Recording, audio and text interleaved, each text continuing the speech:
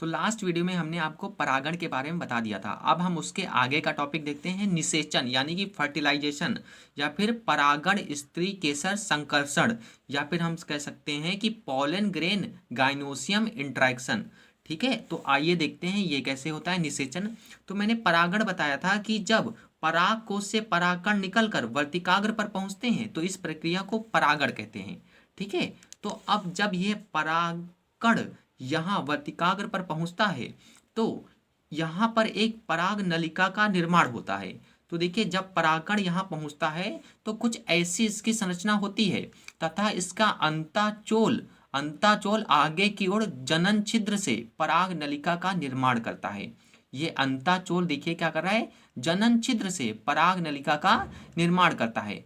देखिए, पराग नलिका का जब निर्माण होता है तो सबसे आगे वर्धी केंद्रक जाता है, उसके पीछे पीछे ये दोनों नर युग्मक आगे की ओर बढ़ते हैं।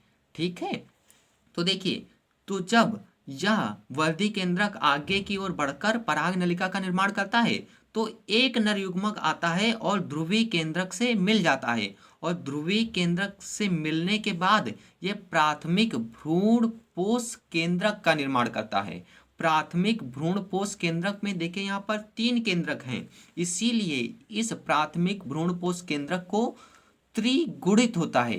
या कैसा होता है, त्रिगुणित होता है, या फिर इसे हम 3N कहते हैं। अंग्रेजी में इसे प्राइमरी एंडोस्पर्म न्यूक्लियस या फिर PEN कहते हैं।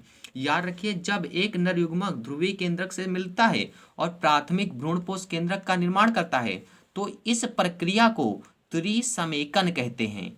समझ गए आप? अब देखिए, दूसरा नर युग्मक आता है और अंड कोशिका के साथ मिलकर भ्रूण का निर्माण करता है, और यह भ्रूण द्विगुणित होता है, क्योंकि यहाँ पर देखिए सिर्फ 2 केंद्रक हैं, इसीलिए कैसा होता है, द्विगुणित होता है या फिर 2N होता है। और इस प्रक्रिया को सहयुग्मन कहते हैं, यानी कि नर युग्मक मादा युग्मक मिल गया और इसे हम क्या कहते हैं, सहयुग्मन कहते हैं।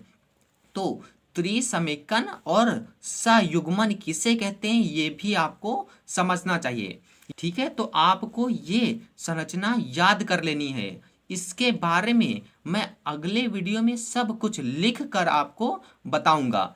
इंपॉर्टेंट क्या है कि त्रिसमेकन और सहयुग्मन किसे कहते हैं ये आपको याद होना चाहिए, तथा इस चित्र की जानकारी पूरी होनी चाहिए।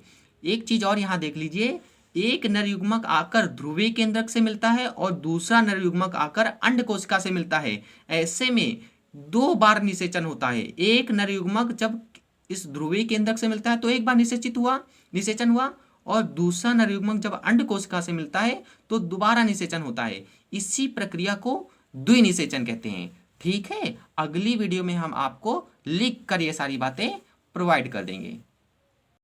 तो जरा भ्रूण कोश और भ्रूण पोष में अंतर समझ लीजिए कि इस पूरी संरचना को क्या कहते हैं, भ्रूण कोश कहते हैं, जहां पर 7 कोशिका रहती हैं और 8 केंद्रक रहते हैं। इस पूरी संरचना को क्या कहते हैं, अंदर वाली संरचना को, इसको कहते हैं हम लोग भ्रूण कोश।